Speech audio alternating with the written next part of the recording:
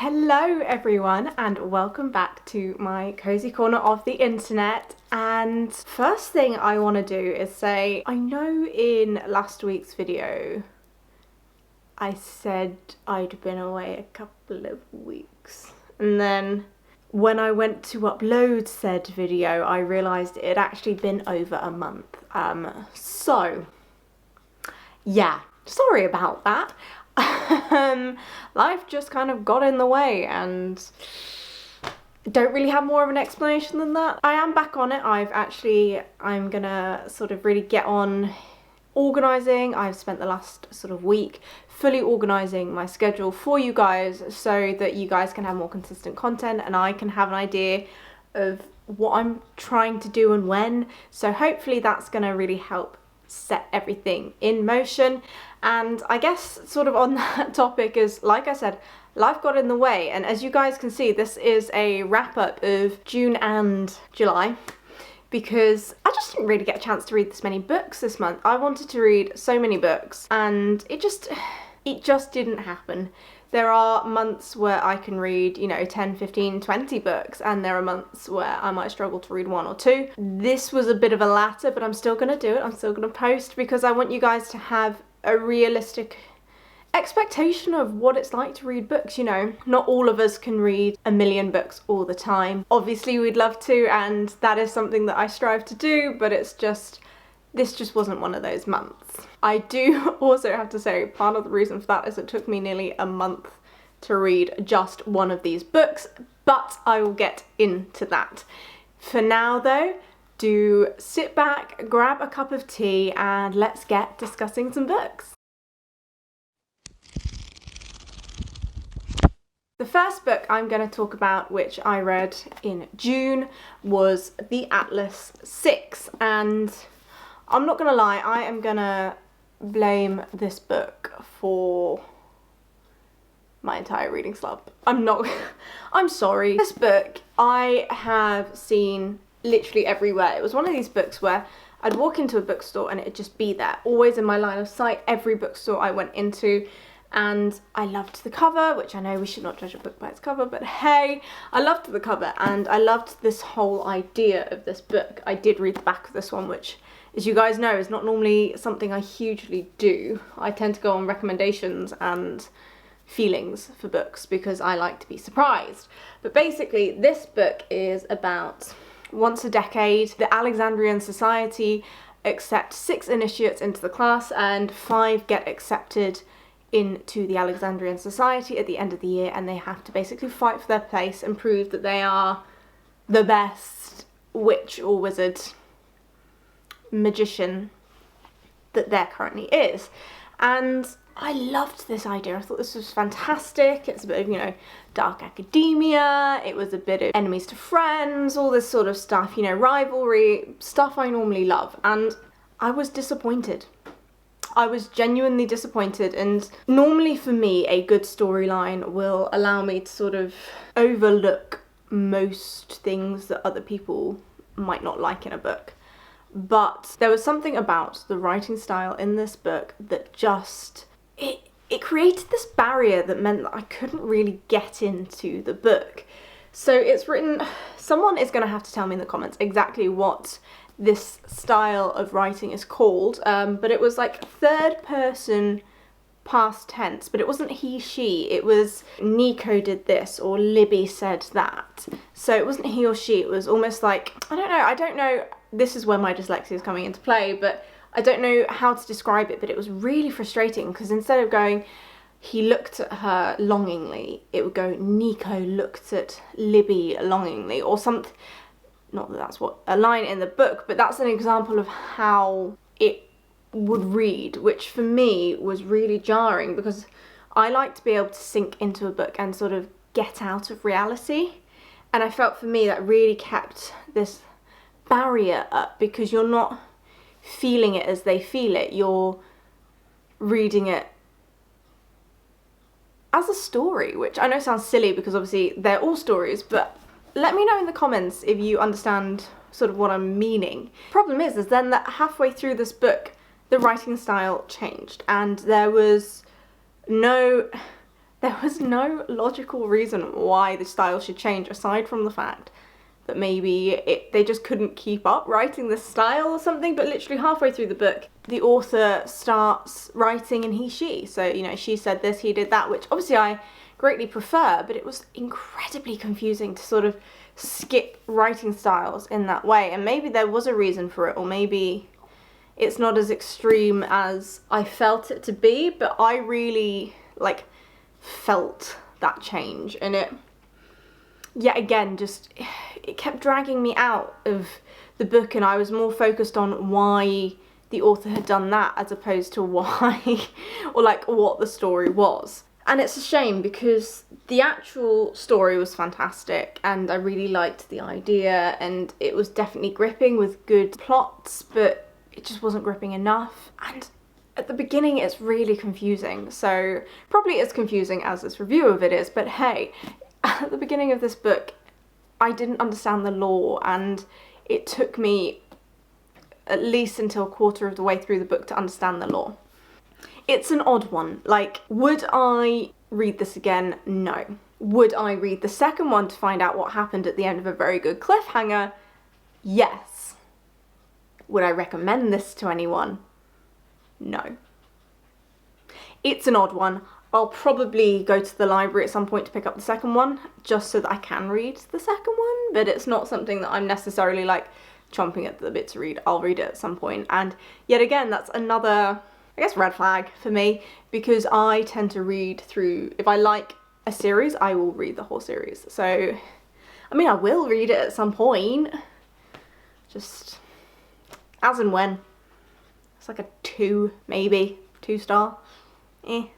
Make your own judgments. Tell me in the comments what you think. Obviously, as we all know, reading is subjective, so don't come hating on me. This is just my opinion of The Atlas 6 by Olivia Blake. The next book I read was an amazing, pleasant surprise. It was Serpent and Dove by Shelby Mahurin, and I loved this. I was really quite shocked at this one. I didn't go into it expecting to not like it, but I think because of The Atlas 6, it took me like a solid couple of weeks to then pick up another book, so I was just so disappointed, and this was another one that I've been wanting to read for a really long time, so I was a bit hesitant.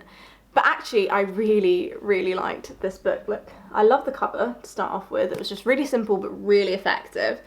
And this is a YA fantasy. It gives me Six of Crows or Throne of Glass vibes. So if you like those kind of books, I think you guys will love Serpent and Dove.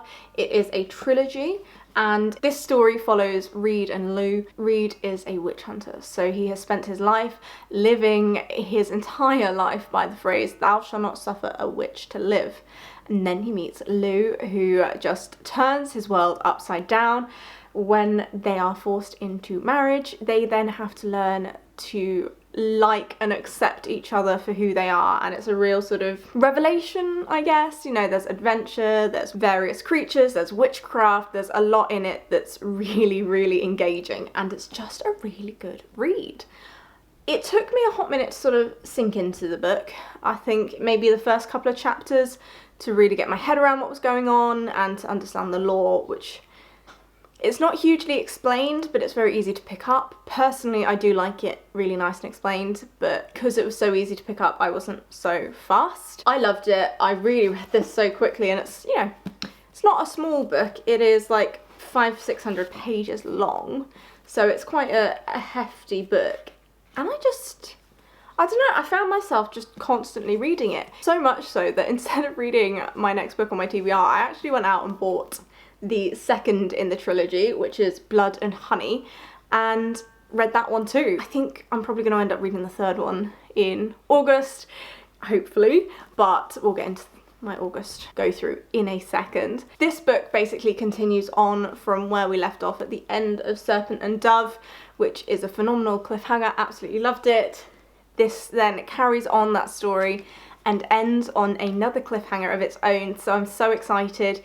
This one really gets into the world of the magic, so I think out of the two I preferred the sequel because we understand what's going on, the flow's there, we're getting going, and I loved the amount of magic and the type of magic that was in this book. It's a real sort of acceptance of who you are kind of series. Like, it really delves into that, which I think is fantastic for YA. It's something that's so important, but also it's just a nice easy read. Sometimes that's what I really enjoy about YA, is that they are such, not easy reads, but they flow a lot easier.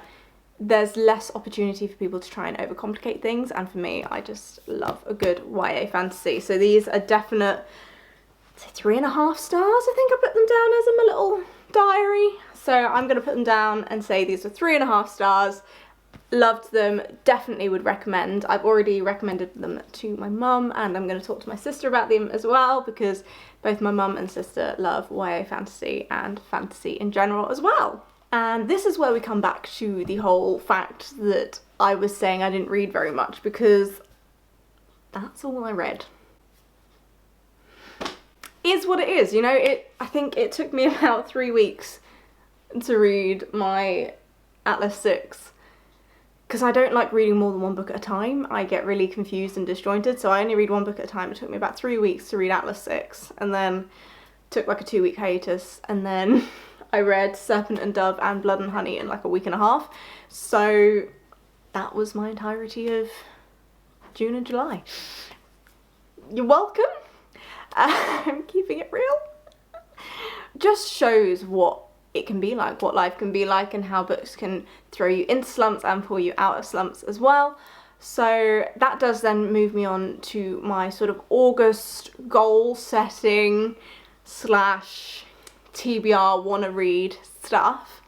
A lot of the books that I want to read next month I don't actually have yet. Does not necessarily bode well. First off is the next in the Blood and Ash series. I bought it on Kindle just because it's easier, and like I've sort of mentioned in previous videos, I'm slowly collecting the Blood and Ash series in paperback form, but at the moment Kindle's fine for me. The 5th one is called A Soul of Blood and Ash, and I'm just so excited for it. It's the 5th out of 6 books, and I'm just so excited for it. Obviously, as I've mentioned, I've been reading the prequel series as well. I think that one comes out in like October, but for next month a big investment in my reading time will be going into A Soul of Blood and Ash, which I'm incredibly excited for. I will also be buying Gods and Monsters, which is the 3rd of the Serpent and Dove trilogy, the final one, so I'm excited to wrap up and finish that series. So those are 2 that I definitely am going to read next month. I will also be starting the Red Queen series, which is kind of, it looks a bit like The Selection, and reading the back of these books, the idea of it is that there are people born with powers that are the elites. A girl in the Reds is born with powers of the elite, and sort of changes the entirety of this system that she's based in. So it feels very Hunger Games, The Selection, Matched, that kind of vibe, and I loved Matched and The Selection growing up, so I'm excited to try and read this and see what I think of this one as well.